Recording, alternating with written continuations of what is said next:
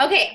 All right. So we are just super excited to have you as a guest tonight and just have you pour into us. We just love you so much. And I know that we have a lot of new people on here too. So do you want to just kind of tell us a little bit about you and about your history? And for those of you guys who don't know you guys, Denise Walsh is a black diamond in our company. We've had 3 in our entire company. And so she's a black diamond. And a black diamond, you guys, is when you reach $100,000 a month for 6 consecutive months. Is that correct? Then you are a black diamond. So in our entire company, there's been 3 total. So we're just super excited to have you on tonight. So yeah, if you want to just share us, your story, how you got into this, and your journey along the way. Yeah, absolutely. Oh my goodness. Okay. So I have been a distributor for almost, it's pretty crazy. In April, it'll be 12 years, about 11 and a half years. I got started in this business when I was 26 years old. And prior to saying yes to It Works, I was a clinical psychologist. So even prior to that, I was a camp counselor. That's where I feel like my spark was lit. I worked in North Carolina and Asheville and did home repair. So I was the counselor that the church group would come and we would paint a house or do roofing or things like that. And I really got good practice with leading groups and helping people I don't know. It was a really interesting experience at 17, 18 years old. And then I also worked in New York with foster kids. And it was there that I was like, oh my gosh, these kids don't know how cool they are. And I felt like it was I have to help them know that they're so loved. And that's why I got into psychology, to be honest, because I really wanted to help people become their best selves. And I thought that psychology was my way to do that. So after 6 years of school, I got my first job. I was off to change the world. And I worked at Community Mental Health. And it was burnout. It was more about policy, paperwork, and procedure than it was about people. I was overworked, underpaid. I mean, it sounds like a cool job, like clinical psychologist, but my starting salary was $32,000, $34,000 maybe. And then 5 years later, I was at $38,000 a year. So it was not super cool. I mean, I just remember feeling like I needed mental health days for my own mental health. I would go through the motions. I was a zombie a little bit, not fully engaged in my life, but just doing it because I had to do it, and I just remember I had all these big dreams and all these big hopes, and I was so excited. And then my dreams started to shrink. And I remember being like, well, I guess this is just my lot in life. I guess this is just my piece of the pie, and I have to start to accept it. And I lived in that space of accepting what I knew was less than what I was capable of. You just have all this to give, and then you're like, well, apparently they don't want it. Apparently I'm working with people that don't really want help and a system that can't really help them. So, I mean, I started looking. I was looking for other jobs, but then I was scared because I'd say, well, what if the grass isn't really greener on the other side? At least I know the paperwork here. And I started doing counseling at my church. So after work, I'd a couple nights a week, I'd go do individual therapy at my church for people. And that was fine. But, it wasn't cool. It wasn't it, So needless to say, we found our sponsor, Cammie, in our small group at church. In fact, Carla Burns is in our small group too. And we're sidelines, but we signed up within a month of each other. And we got to know them through small group. I tried a rap. It worked. I became a customer, and Brandon was actually playing basketball with Mark Pentecost at their church basketball league. And, we had started getting to know the family, and we were like, hey, if we were ever to do something like this, now, these would be the people we want to do it with. And this would be the time to do it. And so we upgraded to become distributors 2 weeks after I became a customer. Now, Brandon, I was an employee mindset. You know what I mean? I was really good at being told what to do and doing it well. I was I am a thrive where I'm planted kind of girl. And Brandon, on the other hand, was an entrepreneur thinker. He was always looking for something. And he knew that owning our own business was the best way to own our own time. And so he was always looking at like owning franchises, and it was thousands of dollars, tens of thousands of dollars to start up. He would look up, starting like to create a product that was expensive, and, a lot of learning curves. And so when we found this, it was like a way that we could own our own business without all of the overhead and all of the legwork that goes into launching a new category. So yeah, I mean, I started off, I'd say, with like my leadership level as being a 4. Like I was a really good follower, and thankfully I had good people to follow. I got to hang around Cammie and Mark and Cindy, and Brandon was a visionary in my ear, and I learned how to create and cultivate my own vision. And once I really learned what I had my hands on, it was game over. So a couple aha moments that I had throughout my journey, because it took me 1 year to go diamond, 2 years to go double, 3 years to go triple, 4 years to go prez, 5 to go ambassador, and then 3 more years to go black diamond. So 8 years in, we went black diamond in 2015. And I think some of the biggest aha moments I had throughout those first few years were just things like, oh, I can do this. Because for a while, I mean, remember, this was before smartphones and before Facebook and before social media and before there were diamonds popping left and right. Like the only examples I really had were Melody McFarlane and Cammie, kind of, and Rusty or Carla and Debbie Sasick. And so I would look at them and I'd be like, good for you, but I don't know that I can do it. Like, good for you. You're, kind of loud and obnoxious and crazy and own the room. And I don't know if I can do that. Or, Carla's like, it was a nurse and knows all about products. And so when she speaks, you like totally believe her and listen. And, I didn't know if I could do that. So I had to really grow in myself the first few years and realize that I had gifts and skills that could be used within this business. And one of the like clicks for me was when, I was complaining / talking to Brandon about it. And I was asking, like, should I go back to school? Should I go learn this? I don't know anything about sales. What should I do to learn these skills? And he said, Denise, you've always been a good friend. Like, just do that. And really, it kind of changed the way I did my business, because at first, remember, this is before Facebook. So we actually called people on the phone all the time. And I would be like, hi, this is Denise from It Works. How may I help you? Like just trying to be super professional because I thought that would make me sound important. I don't know. But then once I started realizing like they were a real person, and if they were on my team, we'd be best friends because we'd be talking all the time. Then I started talking to my prospects like that. Like, hey girl, I'm just out to go for a run, but wanted to connect with you real quick. Or, hey, I know you were interested in getting the wraps. Did you want me to place your order? Just like normal and not super professional. And it really, number one, it worked. And number two, it built my confidence that I could do this, that I didn't have to try to be anybody else. I didn't have to try to, obviously you want to learn skills, but once I really own my current strengths, then I could, then I really blossomed. Because I think really you've got a couple things you can do. You can grow your weaknesses, or you can focus in on your strengths. And so I focused in on my strengths, and because of that, I grew in confidence and my weaknesses got better. So explain how you hit your ranks and what tips worked for me. I'm going to tell you what I did back then, and then I'll tell you what I do now, because we've reinvented ourselves over and over and over and over and over and over again.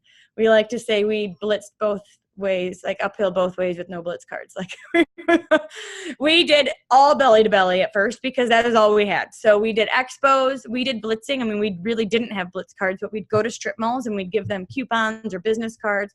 We would call salons in an area and say something like, hey, I'm going to be in your area for the next few days. Can I schedule a 5-minute appointment just to share with you about a product that I have that I think would fit with what you already do? We'd get a 5-minute appointment. We'd go in just because no one's going to give you an hour straight off the bat, right? So we asked for a 5-minute appointment.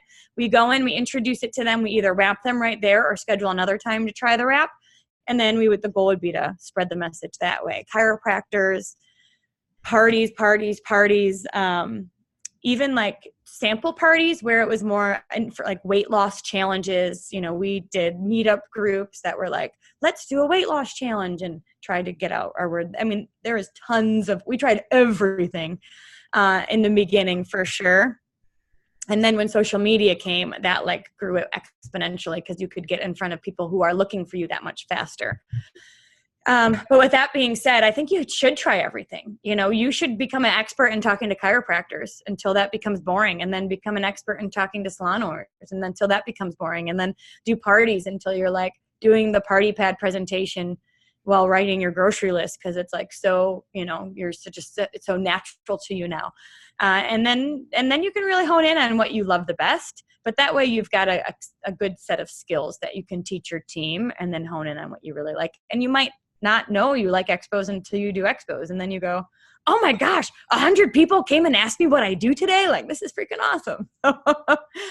So yeah, I mean, I think at the beginning of my journey, it was really about getting my feet wet, showing up to events, being surrounded by community, creating community for my team, and then continuing to learn as I stayed focused on my goals. I love that so much. So you said that it took you a year to go diamond, 2 years to go double, and then 4 years presidential, 5 years ambassador, and then 8 years, right? Eight years black diamond. So when you first came in, did you have like, I know you said like, you're like, okay, like, you know, that's great for you guys, like, to some of those other leaders who were in this business, but did you have that long-term vision? Or what kind of vision did you have when you came in? Because I think, nowadays I see, people come into this business and they're like, okay, I'm going to give it 2 weeks, or I'm going to give it a month, or I'm going to give it 2 months. And if I'm not making, $2,000 in 2 months, like I'm out, so what kind of vision did you have when you were coming in, and how do you create and continue to create that vision amongst your team and newbies coming in, all that? Because obviously you had a vision, that, it progressed. Yeah, it grew. Yeah. When I first got started, I did not have a brain cell for $100,000 a month. That was not like something I understood. And so I had to grow into that. You know what I mean? And so I certainly grew in my personal vision for the company and for what this could do. But a couple of things were different about us at the beginning. Number one, whatever Brandon touches turns to gold. I just know that about him. It's like, he's like one of those 3-point swishers, like every time. So I had confidence that whatever we chose to do, we could be successful at it. Brandon told Cammie when we first got started, he said, just so you know, we're a 1%. And I was like, okay, whatever. But I think he saw the vision and I caught it along the way. I didn't know that this would replace my income. I didn't know that it would be, we've been full-time with It Works for 9 years. Like my kids only know 2 work from home parents who have a flexible schedule and travel to Florida. So I didn't know that stuff at the beginning, but I caught it because I showed up. I caught it because I came. And what I think my hardest promotion was between Ruby and Emerald, because with Ruby, you have people that are just hanging out and you can build yourself to Ruby, but it's not as easy to build yourself to Diamond. And so between Ruby and Emerald is when I was like, all right, I have to find people who are just as hungry. I have to duplicate the experience I'm having, like having fun. And because we, when you aren't friends with people, my warm market didn't sign up till I quit my job and went to Australia. That was when I was triple diamond. So when you're not friends with people, when they sign up, they don't feel comfortable calling you when they're having a good day or calling you when they're having a bad day.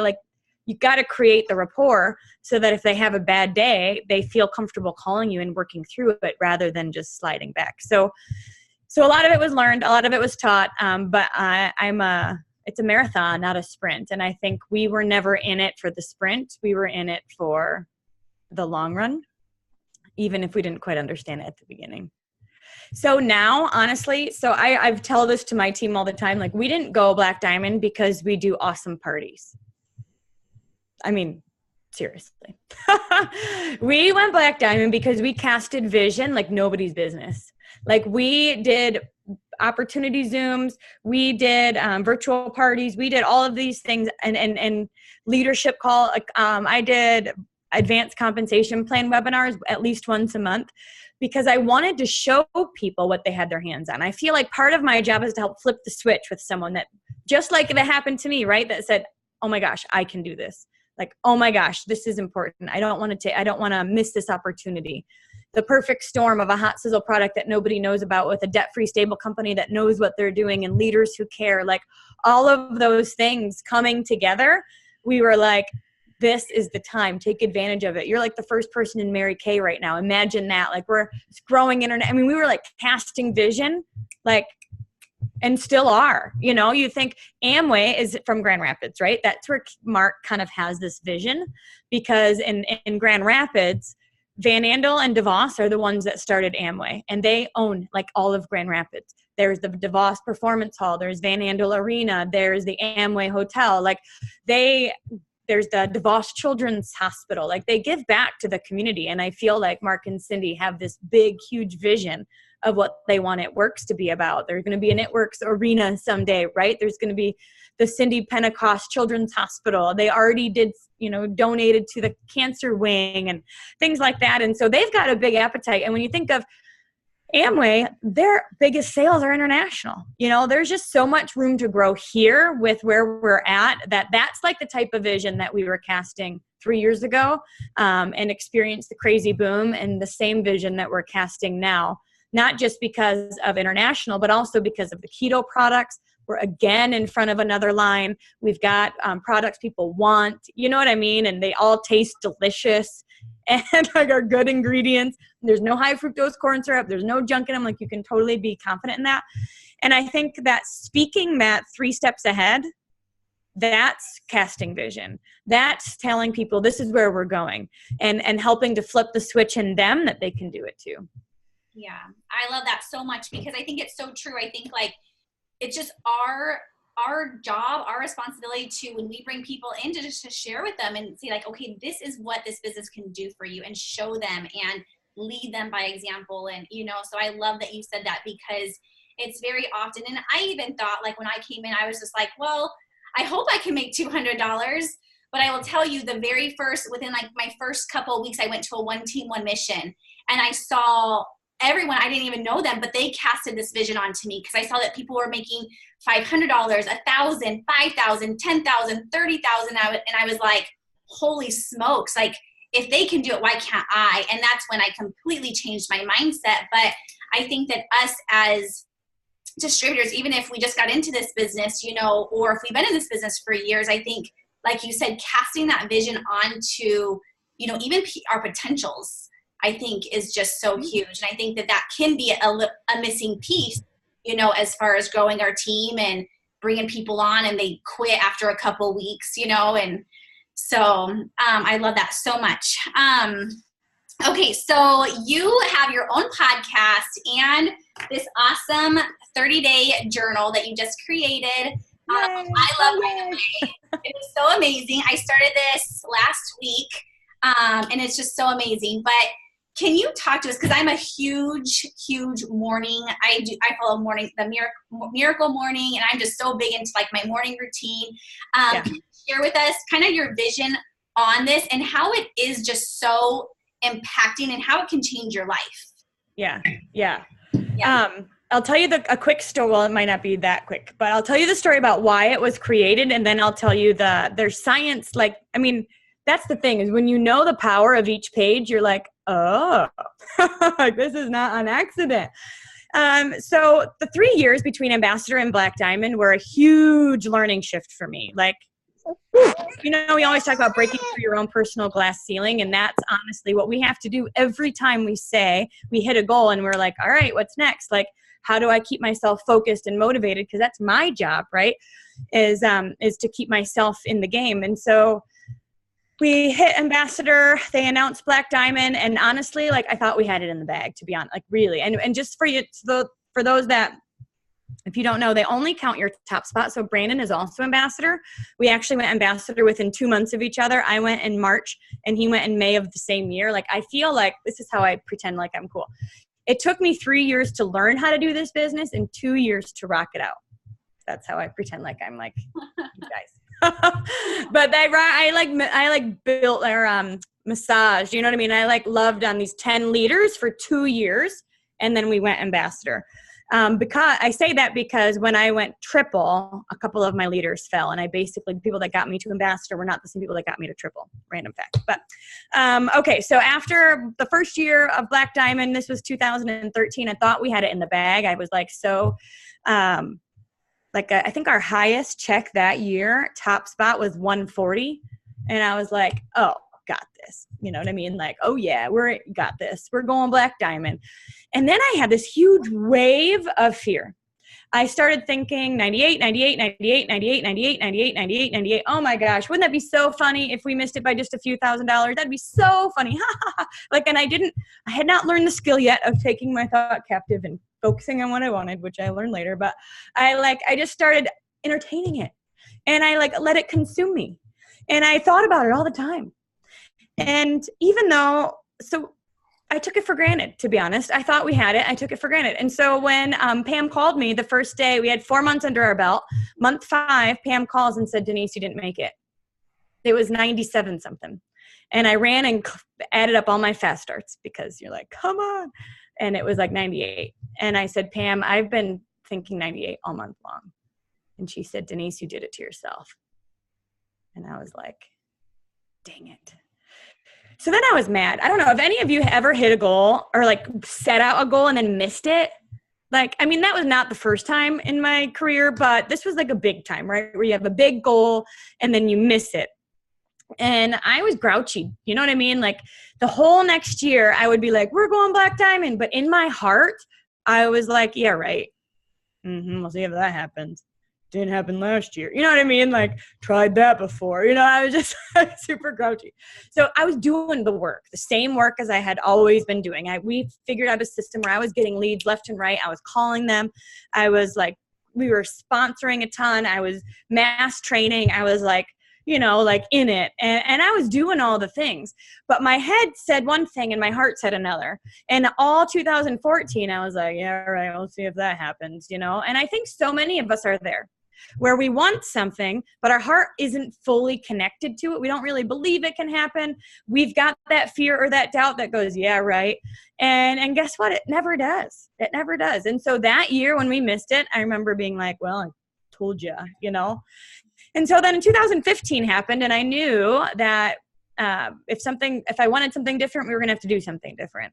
It wasn't just going to happen on its own, clearly. So this is also when they announced 2.0, which was really interesting because once you go ambassador, we were building diamonds wide under Brandon, which is fine, but how exciting is that? You're can only be so excited for someone else's promotion. They've got to finish it. And so we were excited about having a whole new spot to build. We got that 2.0, if you don't know, is basically when you go ambassador now, they give you another spot to start at. And we built 2.0 to triple that in 1 year. And I say that was important because it gave me a clear focus. And I think that once you decide and you focus, it's all other things go by the wayside and blinders are on and you know exactly where you're going. So decision and focus for me that year were really, really important. So 2.0, really focusing that on promoting, once we went Ruby, it was all right, Emerald. You know what I mean? We just kept on it for 9 months. And then the second thing that happened that year is we planned the 2025 party, which you guys may have heard about. It's called the Come As You Will Be party. We pretend like it's the year 2025. This was 10 years from then. And we all acted as if we'd accomplished all of these things. We've done all of these things. And in order to prepare for this party, I had to do Zooms just like this with my team that because they were all mad at me, to be honest. They were like, Denise, I don't even know what I want to do next week. How am I going to know what I want to do in 10 years? And I was like, all right, here we go. So we had to do Zooms like this and talk about 30 things I want to be, 30 things I want to do, 30 things I want to have. We had to talk about our dream day. We had to talk about really get nitty detailed, so detailed. What experiences do we want to have? What trips do we want to take? Where do we want to live? How many kids do we want to have by then? What do we really, really, really want when we get to the core of it? So we would do these exercises as a team. And so I think that, to be honest, because I was prepping for this party and I was really doing this work too, I connected my head to my heart. I didn't just say I wanted Black Diamond anymore. I embodied it. I created a business card. I should get it. It's somewhere over here. That says it works first, triple Black Diamond. Remember, I was not Black Diamond yet. You know, it also said, as seen on Oprah's Favorite Things and American Ninja Warrior. And this was before the bodybuilding competition. Like, that was not on my radar back then. And I did a bodybuilding competition the next year. And then I wore a dress. I got my hair and makeup done. And I had Brandon made me this little lanyard that says, that had said TED Talk. And I talked about how my TED Talk just went viral. And people were like, what is it about? I'm like, I don't know yet. But we just talked about it like it was happening and done and in the bag. And people came with like their phones filled with pictures of their dream house that they had just moved into. Nikki Moore, my cousin, came in with, she's another ambassador, came like she was like saving the African children. She since has adopted 2 little girls. You know, it's just so cool. The stories that have come from this event. Another friend like came with like baby dolls around her hips, and she's since fostered and now adopted 2 a boy and a girl. And it's just so cool. So we were at that party. So this is the kind of the cool thing. We were at that party, and we had 4 months under our belt. You know what I mean? 4 months. Okay. This party was in August, and I had that fear sneaking up on me again. And I was saying things like 78, 78, 78, 78, 78. And this time I learned to retrain my brain and focus on what I wanted. So whenever I had that fear or doubt show up this time, I would go 103, 103, 103, 103, 103, 103, 103. And we were at that party when Mark texted me and said, Denise, you guys got month 5. It was 1025. So we were at the party, like how not an accident is that? So all my leaders were there, and I got the microphone, and I'm like, you guys, this is for real right now, not 2025, like for real. And we were so excited, and they got to feel and experience the energy of that too. We had 1 month left to go. So this was August of that year. This is when Power Hours were born, because honestly, we were like, we don't need to train. We just all need to work, like chart and work, chart, follow up. That is all we need to do. Chart, follow up, chart, follow up. And so we did Power Hours Monday through Thursday from 8 to 10 p.m. Monday through Thursday for the whole rest of the month. And what happened was not only was I excited about this goal, but so was my entire team. It was like a collective energy. It was like Finding Nemo, you know, when he goes, everybody swim down, and like everybody's going in the same direction. We're not confused. We're not wondering. We're not, you know what I mean? Like we're all focused and running. And I could feel that within the team, on our team pages, within the Power Hours. And so I wore Cammie's Black Diamond jacket, like every Zoom, you know, every day. I had no other option but to claim it like it was done. And so whenever because the fear didn't go away, you know what I mean? It was still there because it's part of life. That's why we have to have faith, or else we would already know what was happening and it wouldn't be as fun. So the fear was still there. But what happened was that this grew so big that anytime this propped up, I would just think, I had decided 103 was too close. So I said 113, 113, 113, 113, 113. And anytime I put that everywhere around my house. I put it on my shower, like where it steams up. I'm so thankful for my $113,000 check this next month. I'm so excited for, like, I was speaking it, like I was speaking myself as if it were 3 steps ahead of where I already was, right? I was talking and thanking and claiming victory and all of these things 3 steps ahead of where we were. And so we got the call from Mark, September 1st of, I guess it was 2015 now, that said you made it, and ended up being 131. Wow. So I feel like throughout, I know, it was intense. And then what's so cool about all of this is that we had a vacation planned September 1st. Like we hit Black Diamond and had a family vacation already scheduled. And you just think those things are not on accident, right? So one last Black Diamond story, and then I'll go into why the journal was created, is what I learned throughout all of that is that the fear that pops up doesn't mean anything. Like, it doesn't. Sometimes we think, oh, maybe this means I shouldn't do it. Maybe this is a sign. Maybe this whatever. And no, it's just not true. Like the fear of failure, fear of success, fear of what if it falls apart, fear of what if I'm not good enough, fear of, it's just normal. Fear of rejection, fear of anything. It's just a part of the game. So I hit those goals, even though I still had some of that fear. And I think it's because I worked to make what I wanted so much louder. So we were at the Black Diamond event. This was like in December. So a few months later, we're at the Black Diamond event. They fly us in a private plane down to Florida. We get a $5,000 shopping spree that I did not share with Brandon. And we get to go to the helicopter, like to an island. I mean, it was like top notch, like fancy, fanciness. I mean, they just do it right. If you ever get the opportunity to win a trip on corporate, go for it, because it's absolutely worth it.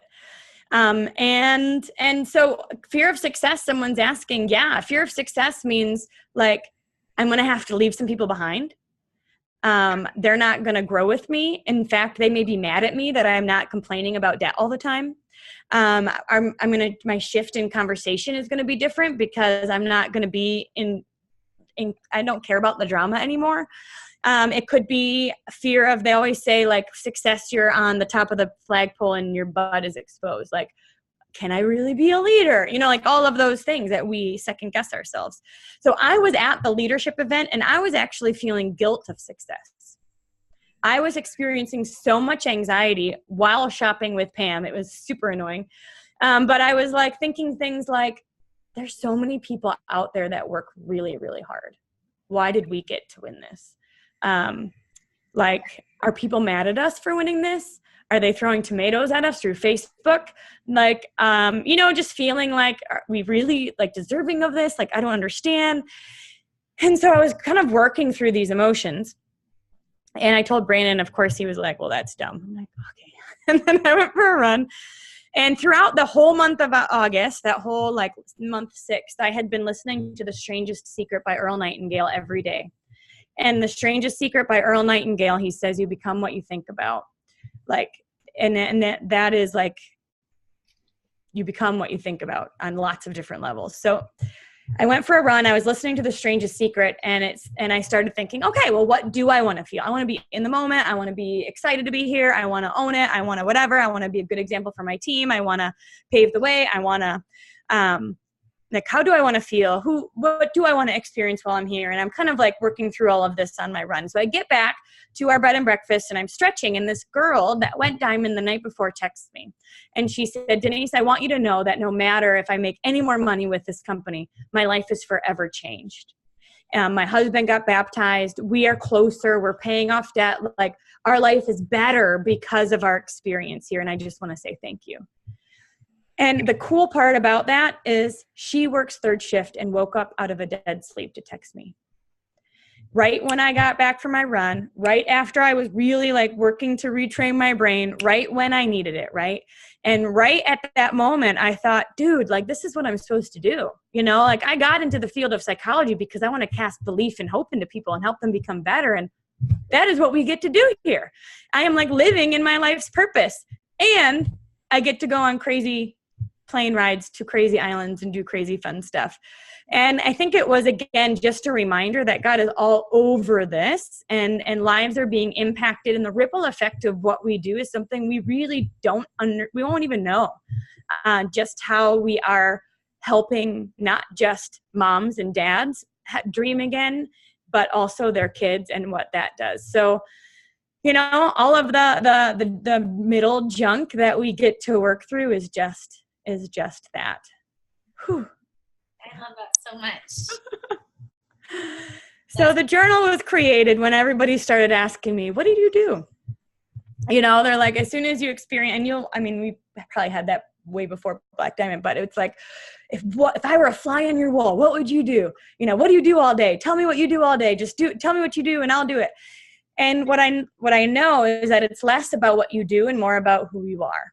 I can give the same person 2 scripts and they're going to have 2 different responses based on the influence they have, the confidence they have, the belief they cast, that kind of thing.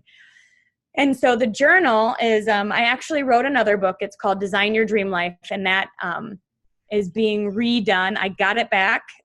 there's a whole nother story, but I got it back and I have to redo it. So we're redoing it, and that will come out in May. And while we're kind of waiting for the bigger book to come out, we did the journal first because it was a bit easier to redo. So because once you know what you want and you've kind of worked through some of these things and you've clarified your goals, you have to do something every day. And so the journal helps you to create your own personal vision. And this has been my morning routine for years. And I just did it on a notebook. So now to like have it with prompts is super cool. But there's, you know, your quote. There's a morning prayer. The next section says eyes wide open. And this is again, when you're doing something every day, you don't notice the shift until you look back and you go, oh. So every day you might not be like, aha, you know what I mean? But when you see shifts, as you stay consistent, you will see shifts. It's really kind of mind-blowing. But the first one says eyes wide open. And this is basically where you say, all right, what's already working in my life? Where is God already moving? What is going awesome right now? And this is born out of the fact that what's the first thing people ask? What am I doing wrong? Typically. That's like the most common question I get. What am I doing wrong? Tell me what I'm doing wrong. How can I fix what I'm doing wrong? And you're like, that is not the right question to ask. I want to know. I'm so not interested in talking about what's not working. I want to talk about what is working and make that get bigger, right? So eyes wide open is really saying, all right, where is God already working in my life? Where is he moving that I might not have recognized, you know? And then there's a gratitude game. And the gratitude game is different every day. This one's pretty fun. The goal with this is to elevate your mood, elevate your emotions. Because like I mentioned, magic happens when you have that head-to-heart connection, when you know what you want and you really embody it. And so the gratitude game lifts your energy level every single day. And you know that you can feel the energy levels. If you go to a birthday party versus a funeral, you can feel the difference. And we want to be somebody that's like at a birthday party all the time. You know, like we want to be radiating that kind of energy because that's what we'll get back. So the gratitude game lifts your energy. And then we've got the space for being. So prayer, meditation, and reflection is your space to be. This is when we claim victory. Like you know, in my war room, was anybody in Grand Rapids at the boot camp? I've never talked about my war room there, but I did at that event, and I used my war room as a closet in my extra bedroom. It's like a walk-in closet that has a shelf, and I used that as my like prayer space for a while because I needed a place where I could talk out loud, where I could write and not worry about my kids messing it up or writing on it. I taped things to the wall. It was like a really special place, and I still utilize it. And so the prayer room is when you talk about the hurts that you have, the forgiveness that you need, the place where you need healing or victory or whatever, as if it's already done. So you're like, you know, I'm asking you to heal my whole heart. I'm asking for, like, I'm claiming victory in the situation. Like, so prayer is there. And then meditation is just a place to listen. So I use Headspace for that. It's an app. And if I don't have a ton of time, because believe me, you don't have to be perfect in this. This is not like you get an A or something. You just can take deep breaths. Like if you don't feel like you've got a ton of time, like I'll just take 5 deep breaths. The goal is to slow your brain waves down. We're always in beta, and then you want to slow your brain waves down so you can actually connect with yourself and like, okay. Like I seriously think the bodybuilding, like Black Diamond was born out of was created out of the war room.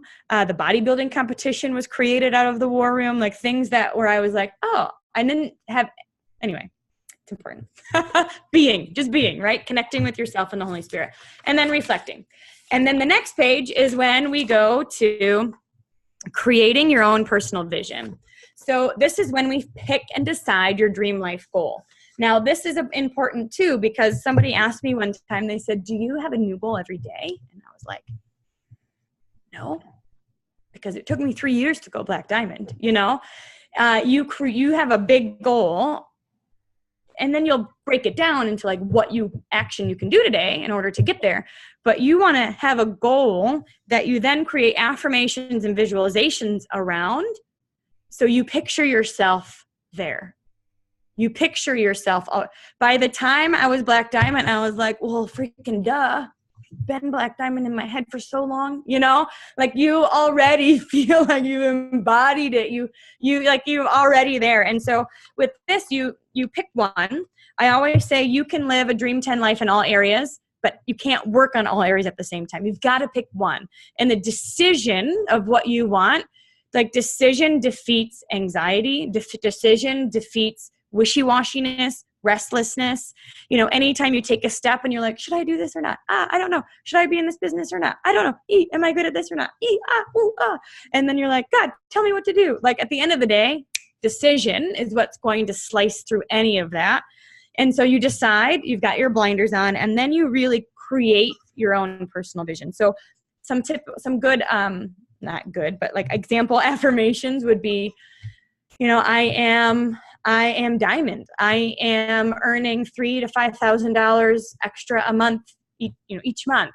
I am the most positive person I know. I am attracting quality leaders into my team. I am you're speaking this. And then you visualize it actually happening. And the repetition of this, all the days are the same except for the gratitude game and the quote, because it's the repetition of this that's creating new brain cells for you. It's like creating new thought patterns, and it's helping you shift your identity. Because again, if you're an employee thinker, you're not going to be thinking entrepreneur or Black Diamond right off the bat, and that's totally fine. You don't need to. It's an identity shift in order to get there. And what often happens is we self-sabotage ourselves as we start to grow, because part of our subconscious is like, that's uncomfortable. Oh, excuse me. I understand this. And so we have to train ourselves to really embrace and embody each step. A couple things about affirmations and visualization is affirmations unlock your reticular activating system. This is again where you become what you think about. And the science behind that is your reticular activating system is a filter. And it's like your brain's filter to decide what's important to you. And how does it decide what's important to you? By what you're thinking about. So we can use our imagination for lots of different things and use our thoughts to think about what if we can't pay our bills? What if we get fired? What if we lose our job? What if all this negative stuff? And often that's not really happening. But what happens is that triggers our reticular activating system to then see that stuff in our life. So the opposite is also true. If we start speaking about what we want as if it's already happening, if we're speaking about it, if we're casting that vision, the power of I am has been instrumental for me with this, really understanding the power of speaking the solution rather than speaking the problem. Then that triggers the reticular activating system to see that in your world. And then visualization is really powerful too, because your subconscious cannot differentiate between a real or an imagined event. So again, emotionally, if you're emotionally living in fear, your body thinks that's true. And if you're emotionally thinking in success, your body has to figure out a way to make it happen. Once your subconscious, Carla Burns says you always get what you really want. So we could say we want something, but if our heart isn't in alignment with that, we're going to get what our heart says. Our heart is the biggest thinking organ in our bodies. And so what this does is it connects your head to your heart. It says, what do I want? And then it helps you to embody it. So that way you truly are stepping into that. And then it says action steps, right? So what is your to-do list? What are some things you can do today to take a step in that direction? And I want you to break it down. You can't say go diamond on that list. Go diamond would be the goal, and it would be do 20 host-to posts, or connect with 20 people, or add 50 people on Facebook, or message, sign up for an expo, or book 3 parties. What can you do today that's going to take you in a step in that direction? And what you'll find is that sometimes it may feel like a turtle, you don't see the progress, but eventually, you're creating all of this momentum under the scenes. That momentum is going to be created, and you're going to all of a sudden you're going to feel like a cheetah. My son loves cheetahs, so I always think about a cheetah. You're going to be cheetah speed, and it's going to be but it's because of all that 1%, like all of that consistent effort down below. So the goal of this is to create success habits, to retrain your brain, to cast your own personal vision, and to get in a place where you so believe that what you want is happening that the how has to figure itself out. I love that so much. I am a huge fan of it. Like I said, I got it, I think last week, or I've been doing it for about 7 days now. But it's so amazing. Is there a specific like time that you recommend doing this kind of stuff? Like I do mine in the morning just to start my day. I feel like that's just for me, it just helps me so much. Is there a particular like time, or you just say any time that works for somebody? What would you recommend? I do think that the morning is really good. I do it with my coffee between 6:30 and 7 before I start making breakfast for the boys and all of that is when I choose to do it, because I think it, number one, sets me up. Like the being spot is really important, but then also I'm like intentional with my time. So some things I'll do during the action items is I will put a time by it. Like if I need to make sure I get it in my calendar, I'll know exactly. But then I also can go back to previous days and say, all right, did I actually finish what I needed to do? Is there anything lingering? But you certainly could do it before bed and then just have the to-do list be for the next day.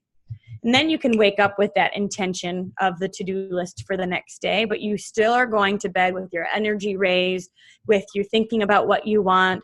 And again, that could be even more powerful as you sleep with those like good vibes, you know, you're like thinking about your goals and your growth as you sleep. And I'll have to try that and see if I see any difference. Yeah. This was just all so amazing. I feel like I literally have like 4 pages of notes here. So amazing. I just feel like I even just want to rewatch this just to listen to you, because you're just so amazing at how you speak. And I think just, I think a huge missing piece is like we all have that fear, and I think that holds us back so much. And so I'm just so excited that you touched about that and talked about that. Is there anything else that you'd like to add, or anything that you feel would be, important with this journal, or? Not specifically. I mean, I think that at the end of the day, once you clarify what you want and have your blinders on, it's like game over. Like the how has to show up for you. And so go get it, go get it. The power of what we have our hands on is something that people pray for, and we have it. And so we certainly want to take advantage of these times. And so definitely go after it, and you will find your own breakthrough. I mean, I feel like once you break through your own glass ceiling time and time again, you're like, everybody needs to learn this. And I felt like, how can I add value to more than just my team in a way that allows me to still pick my boys up from school? And that is where the podcast came from. And that is where the journal, I was like, how can I, people, these are skills that will change people's lives, and give them a roadmap to do so. And so that is kind of where all of this was born from. But go after it. Go after it and get what you want so much louder than the fear that that's all that you see, and it starts to consume you, and it will, and you will overflow that belief to your team, and then you'll have an entire team that's going after their goals, and that's when it's seriously so much fun. Yeah, I love that so much. And I think just in this business, or just in life in general, it goes in waves. And so I think, just what you said, when we feel like we, have hit rock bottom, or we feel like we have all these stones being thrown at us, or we've lost maybe that vision, like what you said, all these things that you gave us, all these tips and tools, it just starts with our mind first, and so I think our mind is our biggest enemy when it comes to anything, and it could be our biggest enemy, when it comes to, to feeling that way and letting that overcome us. Well, and even the journey of doing this stuff, holy smokes, I don't know how to do audio. I don't know. I mean, even starting a podcast, Brandon helped me, but it's my baby. I wanted to do it for 4 years before I actually started it. And I was waiting for Brandon to say, are you ready? Let's go. And I was like, no, apparently he doesn't care. It's my baby. I have to do it. And so I had to learn the skills. I had to Google, how do you start a podcast, and what do you need, and how do you edit audio, and how do you, and even with this, it was the first designer I worked with didn't know what he was doing, and I spent a year, like, I'll show it to you. The first book, this is this is the full-blown Design Your Dream Life, and this is what Dream Space is about. It's a workbook type experience. So I wanted it beautiful, and I wanted it easy to write on, but it's so big. Yeah. Like, I didn't feel good about it. Like, I'd have to charge so much because it's color. So it hasn't been easy. You know what I mean? And I've had to use these skills again for this whole last year, being like, is it worth it? Should I keep trying? You know? And yeah. So it works every time, but that doesn't mean it's easy. But what I've learned is when you keep your vision so strong, and you like emotionally, another quick thing is that if you ever have somebody that comes into your team or is working the business and is like, I'm doing everything and it's not working. And you look at their messages and they like kind of are. They're like doing a good job, you know? One question I've learned to ask is there anything you've been holding on to that you might need to let go of? First, I'll say, like, what books are you reading, you know? But then, because this year what I've learned is that when I like emotionally forgave people that had left that hurt my feelings, or things like hurts that I had, when I like released myself from all of those invisible strings, within 2 weeks I was connected with a group of people that have been in the publishing industry for 10 years, and we redid this in a month. Wow. You know, so I'm just like, sudden widespread increase. You can build a Ruby in a weekend. Like, so much is possible when you know what you want and you have the freedom to create. So those are just some, it works every time, but it doesn't mean it's easy. Yeah. But the journey is worth it, isn't it? Absolutely. This was just so powerful. Like, we are just all so thankful for you so much. And I can't wait to even just connect with you more. I feel like I could literally like talk to you forever and just pick your brain. So I can't wait. We'll say hi at conference for sure, you guys. I expect that you'll be there, so absolutely say hi, and let's, you know, I'm excited to continue to connect and hang out and do coffee or whatever. Yeah, thank you so much. We really appreciate your time, and we know that you're busy. All right. Well, thank you guys. See you in February. All right. Bye. Bye.